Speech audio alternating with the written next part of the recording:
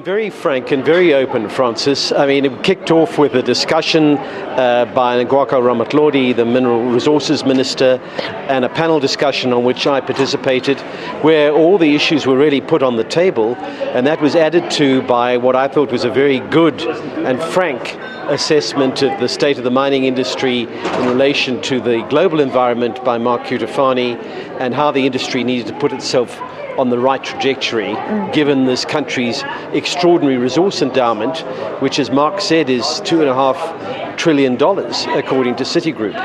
Sure. Let's talk about one of the most contentious issues and your speciality, the law, the Mineral Petroleum Resources Development Act. That's on the table. That's due to be signed by the President.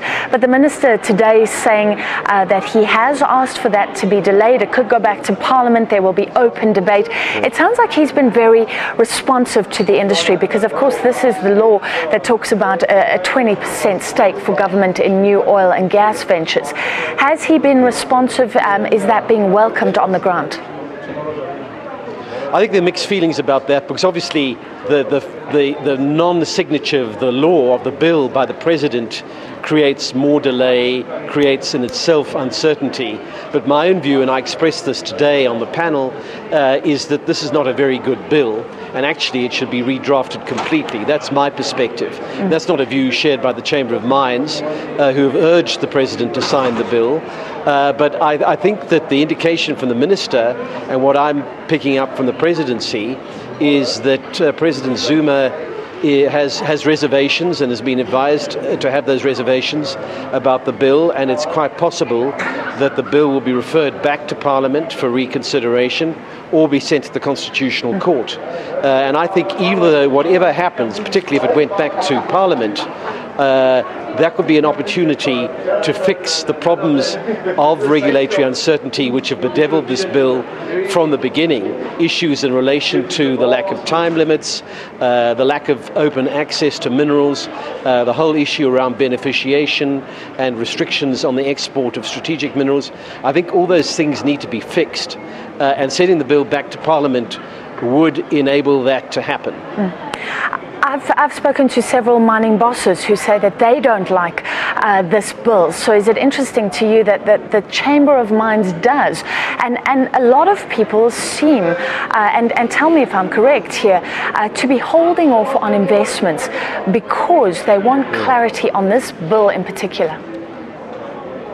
Yes, I think that's quite true, Francis. Look, I understand the Chamber's position because they've said that to the President, please sign the bill, because they don't want the uncertainty to continue. My perspective's different. I think this is a poorly drafted bill that needs to be reconsidered. I think we need to go back to the drawing board as soon as possible. Clearly, from the industry's perspective, the fact that this bill imposes so many demands on the industry in relation to beneficiation allows the Minister to designate certain minerals strategically, or designate certain minerals for local beneficiation, creates uncertainty in itself. And I think that could have an impact on new mining projects, because if thermal coal is going to be designated for beneficiation, or platinum or iron ore, then why are companies going to invest in new platinum or iron ore mines when they have that uncertainty on the horizon? So I think those things need to be fixed, and I think fixing the architecture of the bill would put the industry on a better trajectory. And I think there was agreement today that what the industry, government and Labour need to do is to put the industry on a better footing going forward. That hasn't happened. Obviously, the Mine Framework Agreement, which Government, Labour and Business signed last July, is a step in the right direction. But as I pointed out today as well, AMCU haven't signed that, and hopefully now that President Zuma is convening this summit tomorrow, they may be persuaded to sign it, and I think that would be a step forward. The Minister saying to the industry, let's talk. He also wants to be aware of plans that they have in mind. Is there a sense that the lines of communication are now open? Yes, I think it's much better. I think this Minister is much more engaged with the industry, much more open with the industry, than, with all due respect, his predecessor. And I think there has been some frank discussion today. And also on the panel today, on the podium today, we had Gwede Mantashe, the Secretary General of the ANC, who was, in his usual way, quite frank about the issues with the industry. So I think the good positive thing about today, it's been an open dialogue by all the key stakeholders in the industry, whether it's the governing party, whether it's government represented by the minister, and by the senior executives of the mining industry, and Peter, some of the advisors. Peter, final question. The industry complains about the law, government complains that it's not adhering to the law, and we know that the BEE requirement of 26%, that deadline is looming, an audit is underway of the mining industry. Is there a lot of nervousness around that? I think there's some. I didn't hear anything from the minister today to indicate that there's going to be a heavy hand or anything. He said that audit was ongoing. The outcome of that would be known early next year. He did make the point, though, that he was not going to be moved on the issue of once empowered, always empowered, and he said that was a challenge to the industry. I still think it is, because companies who no longer have BEE shielding, what are they going to do about re-empowering themselves, and what is the cost of that?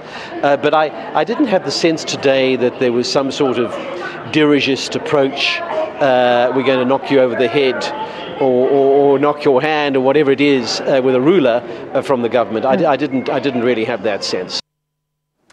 Weber Wenzel's Peter Leon. Let's look at the numbers on the JSE. The all-share index weakened as investors pulled out of markets following that cut that we saw by the International Monetary Fund around global growth yesterday, fueling concerns around the world economy.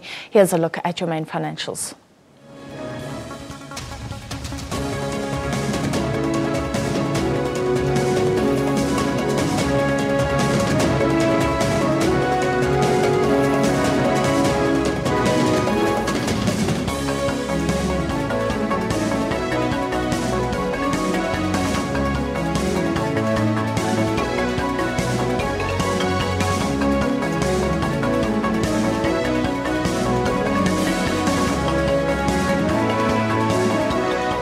After the break, a frank assessment by Zwelinzima Vavi on the real clout of the Trade Union Federation COSATU.